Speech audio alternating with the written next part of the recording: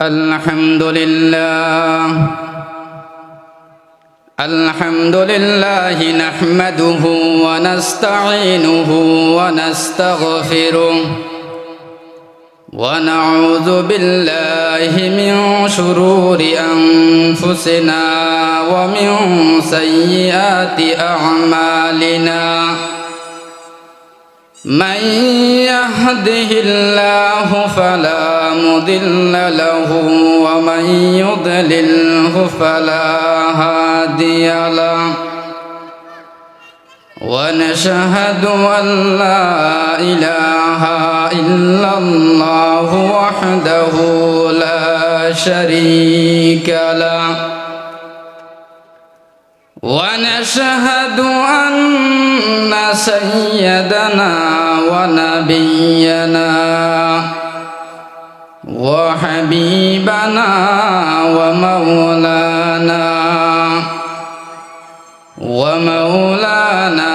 محمدا عبده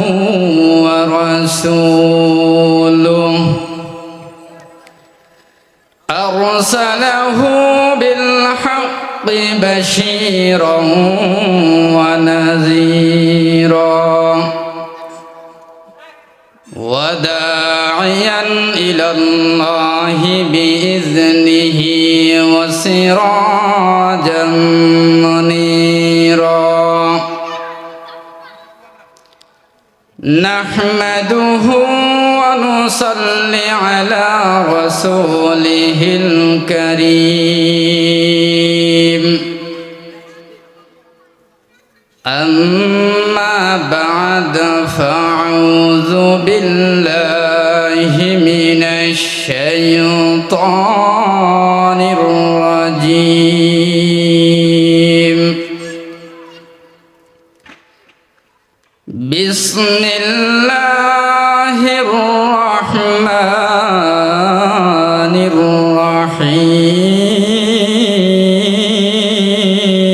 الرحيم تبارك الذي بيده الملك وهو على كل شيء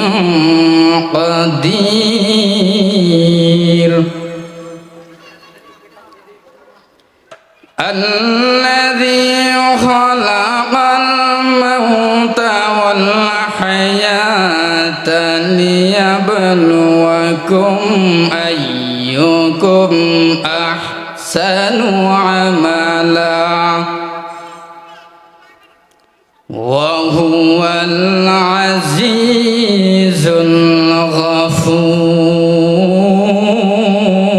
الغفور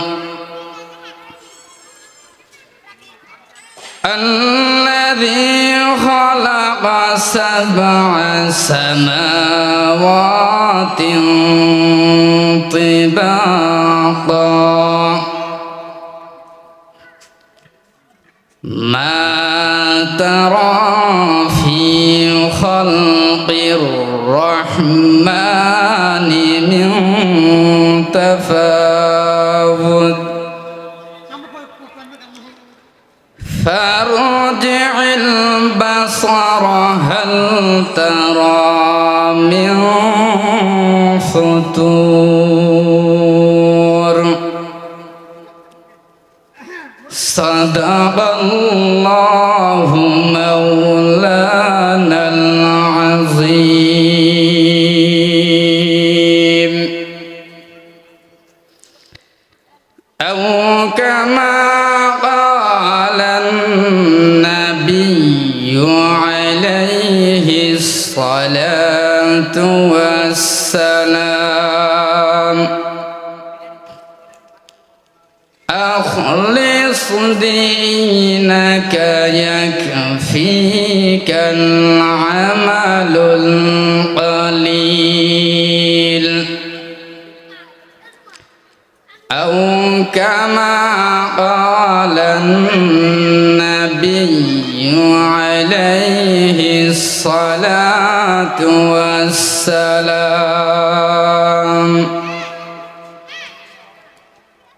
ইন্নাল্লাহা ওয়া মালাইকাতাহু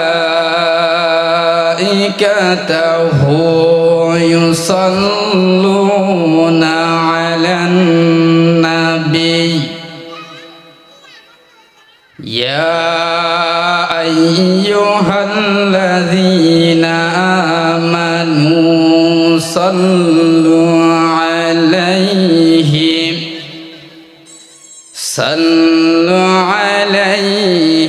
ওয়া সাল্লিমু তাসলিমা আল্লাহুম্মা সাল্লি আলা মুহাম্মাদিন ওয়া আলা আলি মুহাম্মাদ কামা সাল্লাইতা আলা ইব্রাহিম ওয়া আলা আলি ইব্রাহিম ইন্নাকা হামিদুম মাজিদ। সকলে ভরে দরুদ। আল্লাহুম্মা বারিক আলা মুহাম্মাদিন ওয়া আলা আলি মুহাম্মাদ কামা বারাকতা আলা ইব্রাহিম ওয়া আলা আলি ইব্রাহিম ইন্নাকা হামিদুম মাজিদ।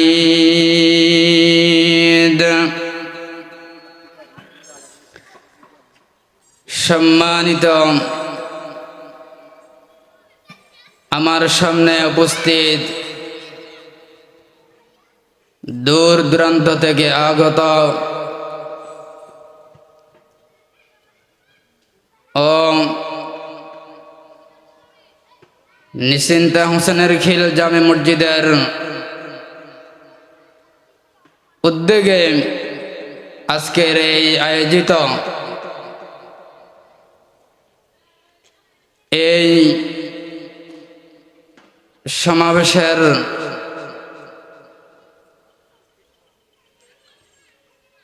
সভাপতি ও অতিথিবৃন্দ এবং আমার পর্দার আড়ালের মা ও বোনেরা, সকলের কাছে আবারও সালাম। আসসালামু আলাইকুম ওয়া রাহমাতুল্লাহি ওয়া বারাকাতুহু। মহান আল্লাহ পাক রব্বুল আলামিনের দরবারে অসংখ্য অগণিত শুকরিয়া, যে মহান রব্বুল আলামিন আমাদের সকলকে এই মজলিসে উপস্থিত হওয়ার তৌফিক দান করেছেন। এই জন্য আমরা সকলেই সেই মালিকের দরবারে শুকর আদায় করে সকলে বলি আলহামদুলিল্লাহ। আমরা যারা এখনো রাস্তাঘাটে দোকানপাটে বসে আছি, আমরা এদিক সেদিকে ঘোরাফেরা না করে আজকের এই মাহফিলকে মাহফিলের সৌন্দর্য বজায় রাখি। আমরা সকলে এই মাহফিলের সম্মানার্থে আমরা মাহফিলের প্যান্ডেলে চলে আসি।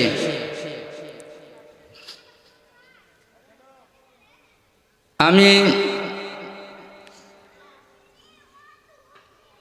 কোরআনুল কারীমের 114টি সূরা থেকে 29 পারার সূরাতুল মুলকের কয়েকখানা আয়াত তেলাওয়াত করছি। নবী করিম সাল্লাল্লাহু আলাইহি ওয়াসাল্লামের অসংখ্য অগণিত হাদিস থেকে একখানা হাদিস তেলাওয়াত করছি। আমার এই তেলাওয়াতের মধ্য থেকেই কিছু কথা আপনাদের মাধ্যমে পৌঁছে দেওয়ার চেষ্টা করব। আমরা যারা শুনব আমলের নিয়তে শুনব।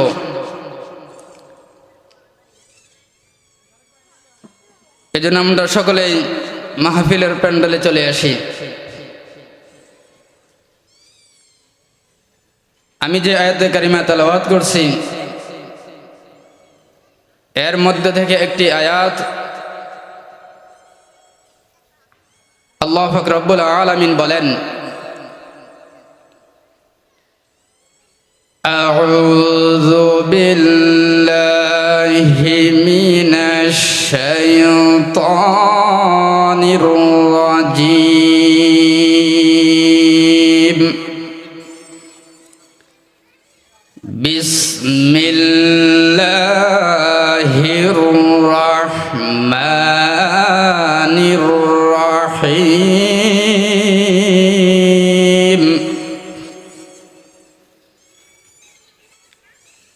الذي خلق الموت والحياة ليبلوكم أيكم أحسن عملا وهو العزيز الغفور. جرب لنا الله أكبر.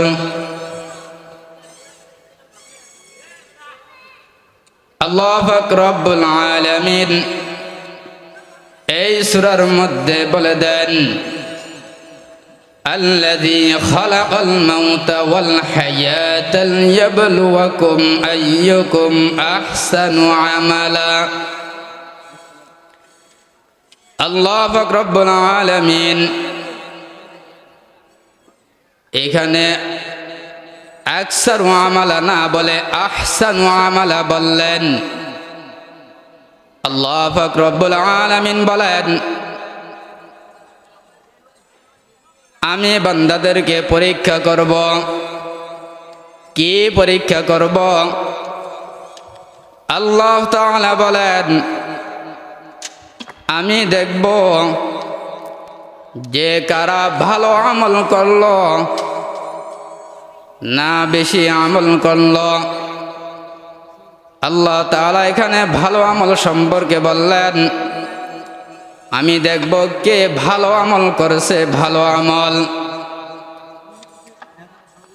আমল মানে কাজ, ফেয়ালুল মানিও কাজ। আমল হলো এমন কাজ যে কাজের কাজ করার পরে তার ক্রিয়া থেকে যায়। ফেয়ালুন এমন কাজ যে কাজের পরে আর ক্রিয়া থাকে না, শেষ হয়ে যায়। একটু ঠিক করে দেব। আমল মানে কাজ, ফেয়ালুন মানিও কাজ। আমল এমন কাজকে বলা হয় যে কাজ করার পরে তার ক্রিয়া থেকে যায়। ফেয়ালুন এমন কাজকে বলা হয় যে কাজ করার পরে তার আর কোনো ক্রিয়া থাকে না। আমল আবার দুই প্রকার, একটা হলো নেক আমল, আরেকটা হলো বদ আমল।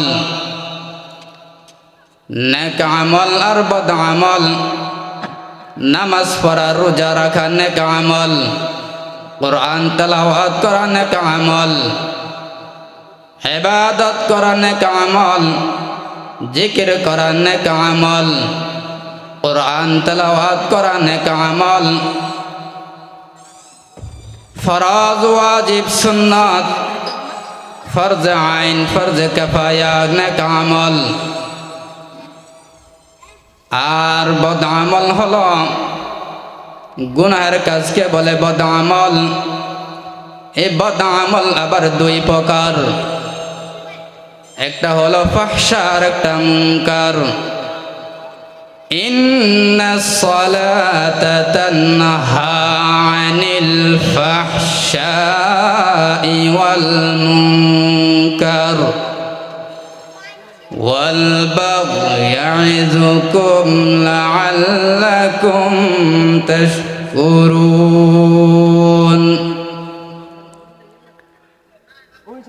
বদআমল হলো দুই প্রকার। এক প্রকার বদআমল হলো ফাহশা,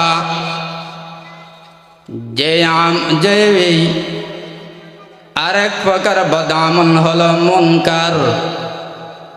ফাহশা এমন গুনাহের কাজ যেগুলা বুঝার জন্য কোনো দলিলের প্রয়োজন নাই। মিথ্যা কথা বলা গুনাহের কাজ। বিভিন্ন গুনাহের কাজ যেগুলো আছে, মিথ্যা কথা বলা যেমন গুনাহের কাজ, নামাজ না পড়া গুনাহের কাজ, গালাগালি করা গুনাহের কাজ, গীবত করা গুনাহের কাজ।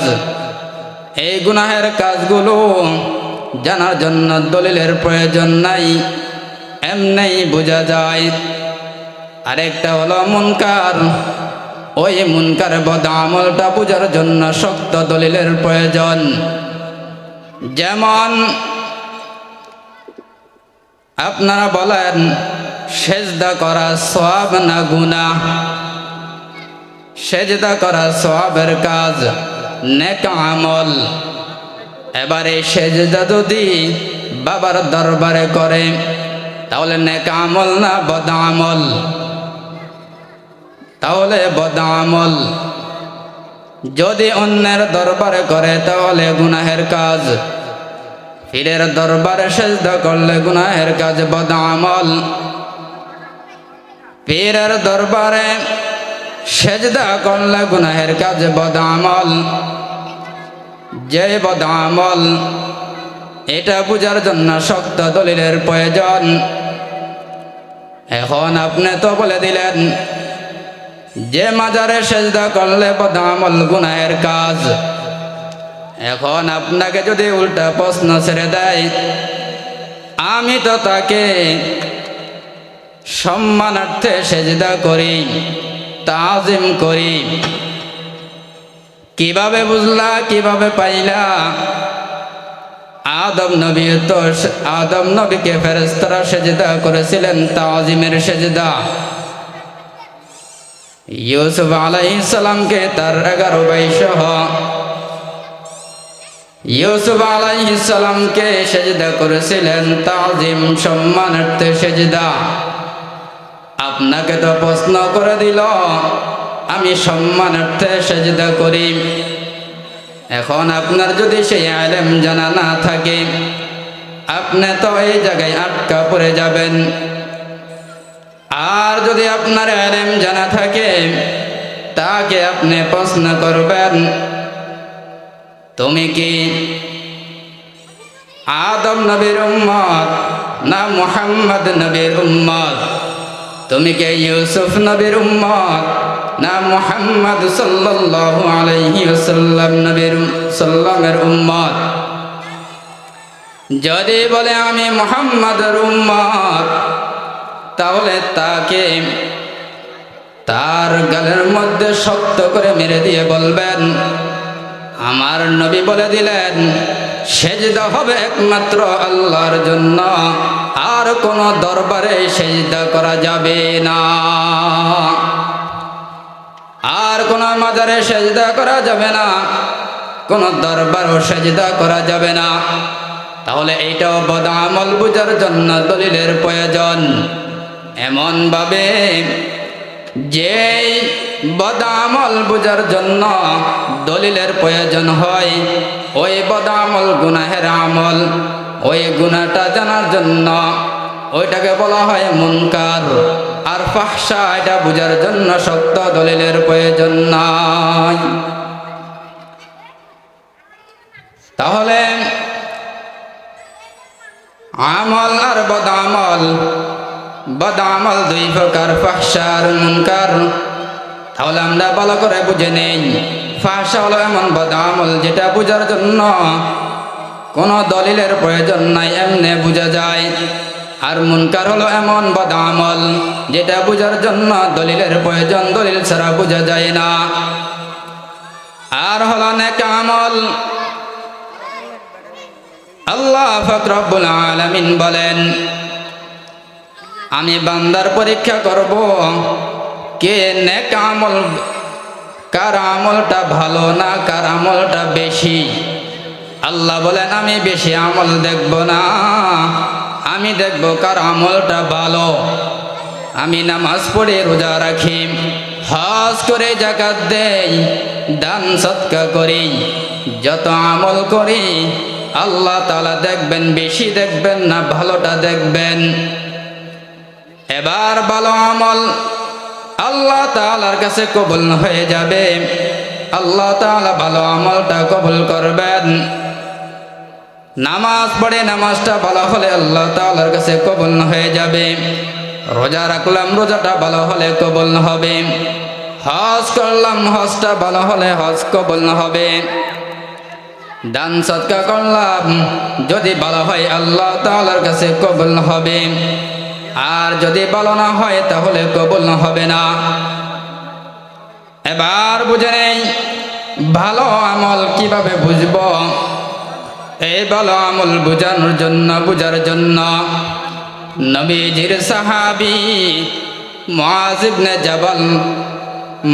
ইবনে জাবাল রাদিয়াল্লাহু তাআলা আনহু বলেন, যে আমলের মধ্যে 4টা গুণ থাকবে, যে আমলের মধ্যে 4টা গুণ থাকবে, ওই আমলটা আল্লাহর কাছে ভালো বলে কবুল হবে। নামাজ পড়ে নামাজের মধ্যে যদি 4টা গুণ থাকে, তাহলে যদি ওই গুণ থাকে তাহলে আল্লাহ তাআলার কাছে কবুল হবে।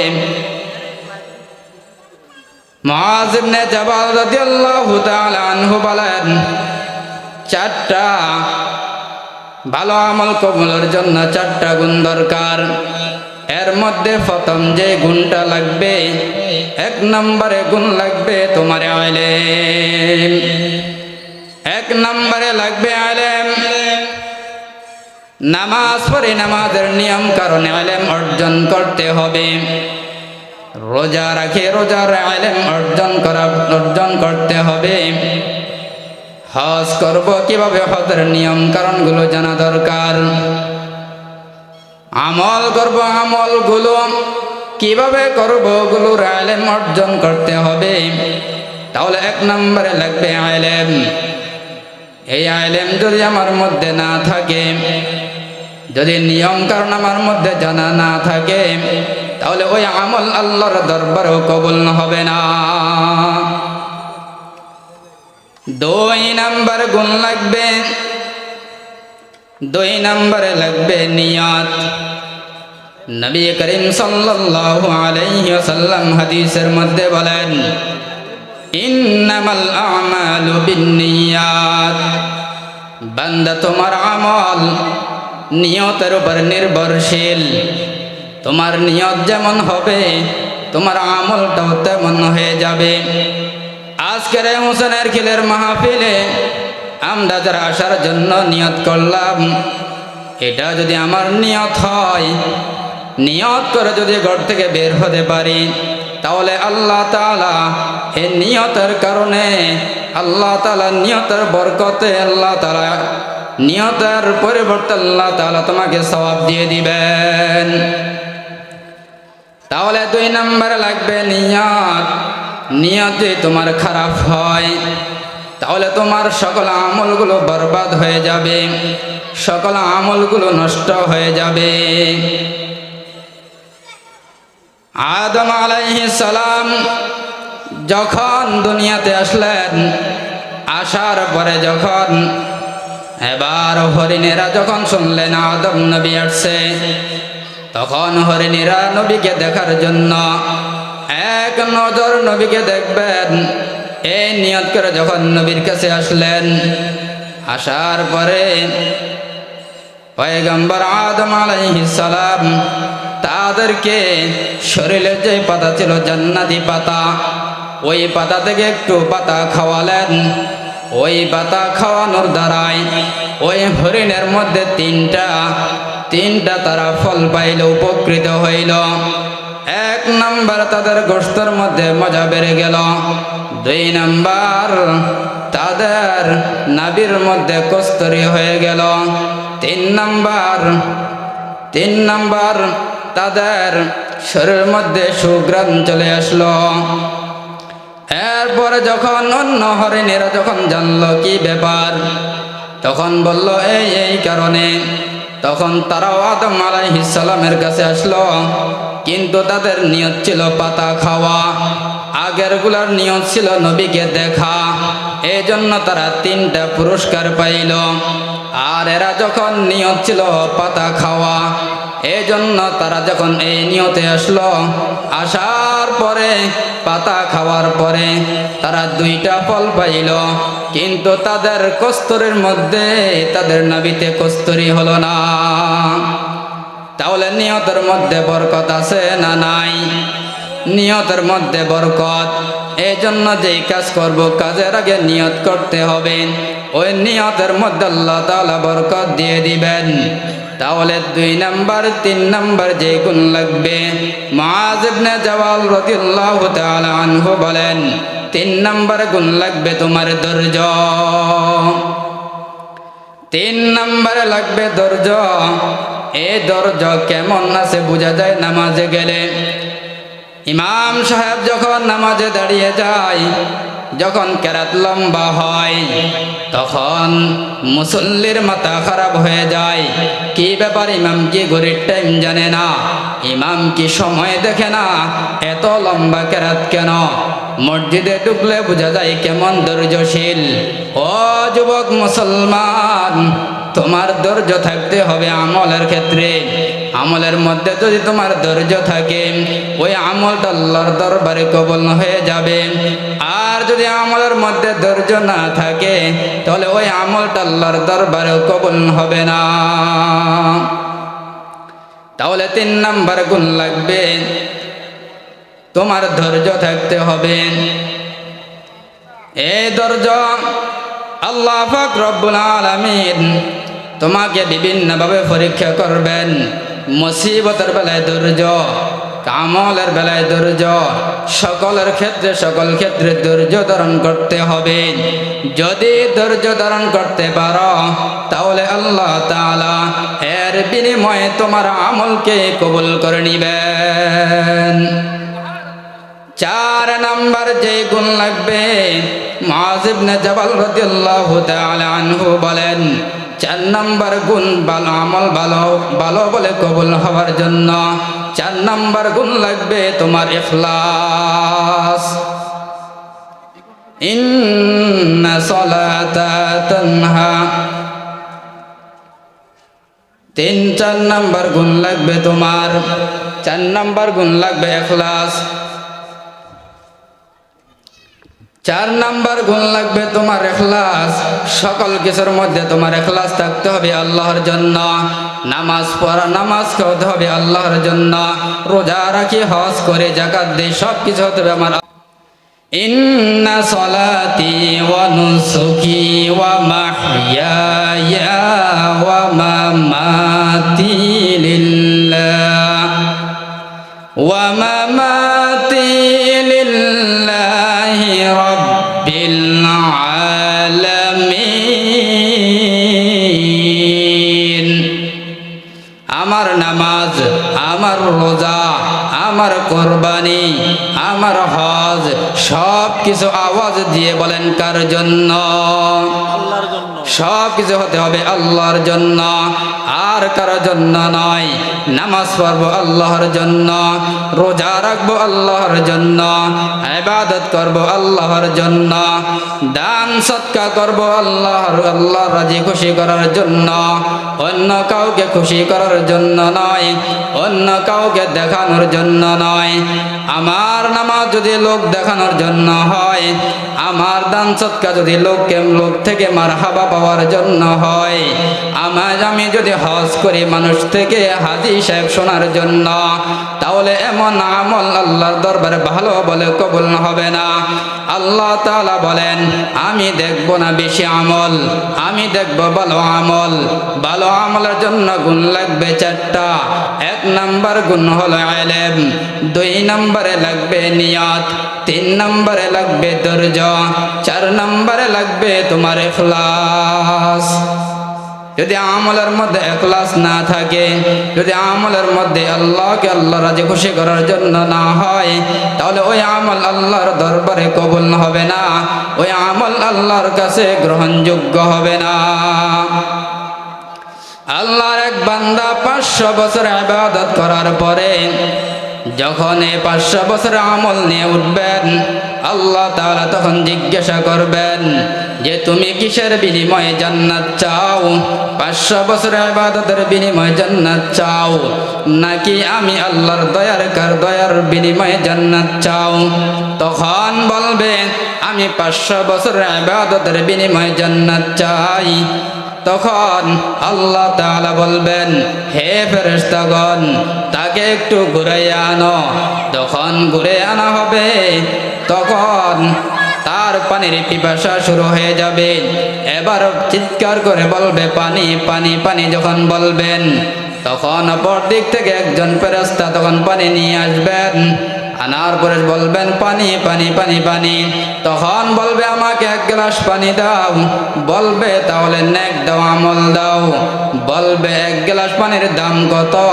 তখন বলবে 1 গ্লাস পানির দাম হলো 500 বছরের ইবাদত। তখন বলবে তাহলে ইবাদত নিয়ে নাও, আমাকে 1 গ্লাস পানি দাও।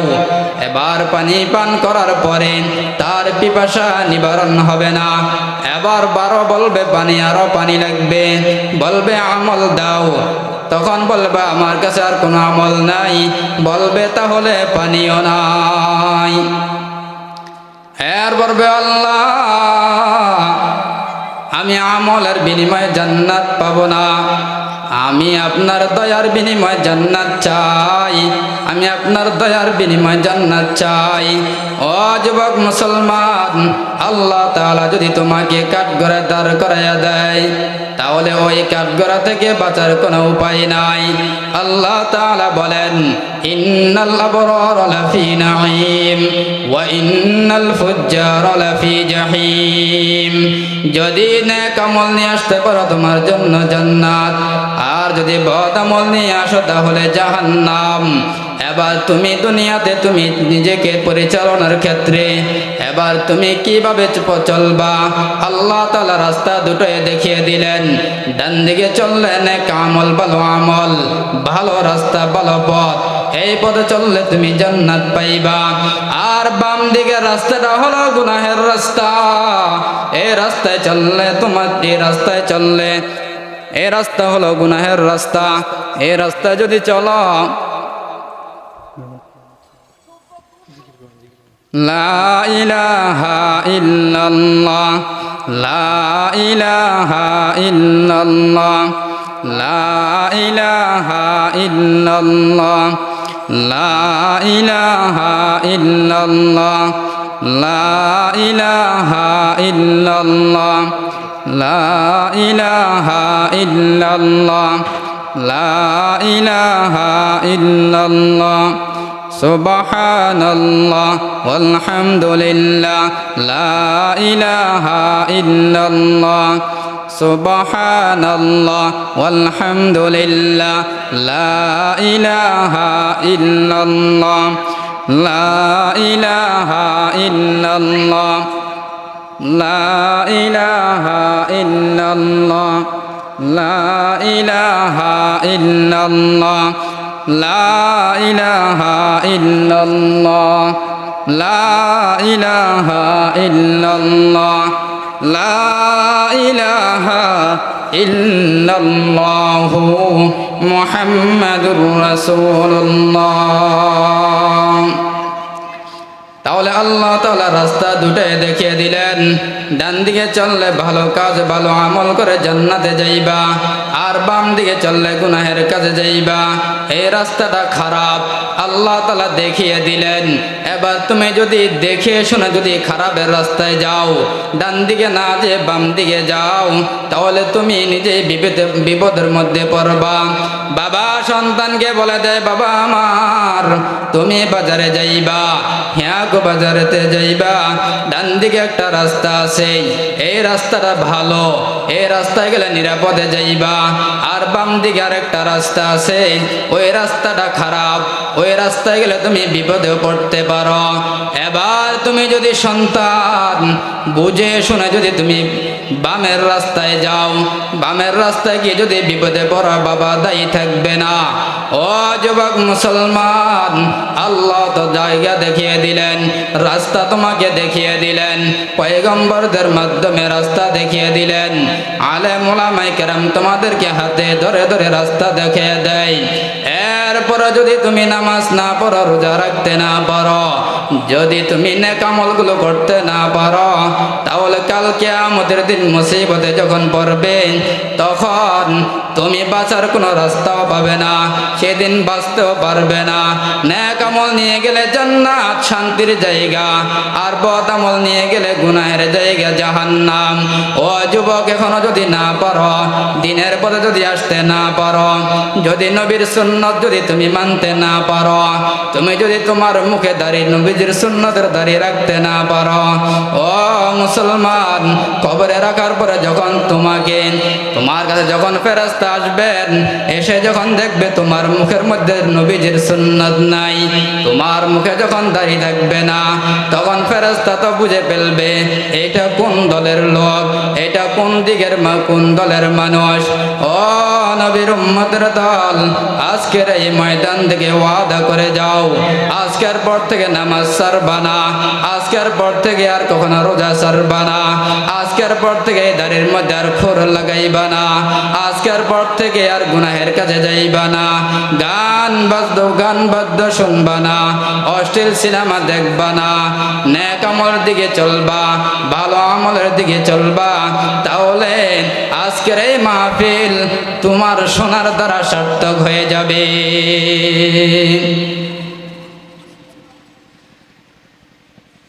তাহলে আল্লাহ পাক রব্বুল আলামিন আয়াতের মধ্যে বলে দিলেন, আল্লাহ তাআলা দেখবেন, বেশি আমল দেখবেন না, ভালো আমল দেখবেন। যদি ভালো আমল তোমার মধ্যে থাকে, এই ভালো আমল কিভাবে বুঝবা? মুআয ইবনে জাবাল রাদিয়াল্লাহু তাআলা আনহু, নবীজির সাহাবী, বলেন যে আমলের মধ্যে 4টা গুণ থাকবে, যে নামাজের মধ্যে 4টা গুণ থাকবে, যে রোজার মধ্যে 4টা গুণ থাকবে, যে নেক আমলের মধ্যে 4টা গুণ থাকবে, তার আমলটা আল্লাহর কাছে ভালো বলে কবুল হবে। 1 নম্বরে লাগবে তোমার ইলম, 2 নম্বরে লাগবে নিয়ত, 3 নম্বরে লাগবে ধৈর্য, 4 নম্বরে লাগবে তোমার ইখলাস। এই চারটা যদি মূল নীতি নিয়ে যদি আমল করতে পারো, ওই আমলটা আল্লাহর দরবারে ভালো বলে কবুল হয়ে যাবে। আর যদি ভালো বলে কবুল হয়ে যায়, তাহলে তোমার একটা আমল তোমাকে জান্নাতে নিয়ে যাওয়ার জন্য সহজ হয়ে যাবে। আল্লাহ পাক রব্বুল আলামিন আমাদের সকলকেই আমলের ক্ষেত্রে এই দিক নির্দেশনা অনুযায়ী যদি আমরা আমল করতে পারি, তাহলে আমলটা ভালো বলে কবুল হবে। আর আমলটা যদি ভালো বলে কবুল হয়ে যায়, তাহলে আল্লাহর দরবারে যখন আমার আমলটাই কবুল হয়ে যাবে, আমার জন্য জান্নাতে যাওয়ার পুঁজি হয়ে যাবে। আল্লাহ পাক রব্বুল আলামিন আমাদের সকলকেই কথাগুলো বুঝার এবং আমল করার তৌফিক দান করুন। আমা তৌফিক ইল্লা বিল্লাহ, ওয়া আখির দাওয়ানা আনিল হামদুলিল্লাহি রাব্বিল আলামিন।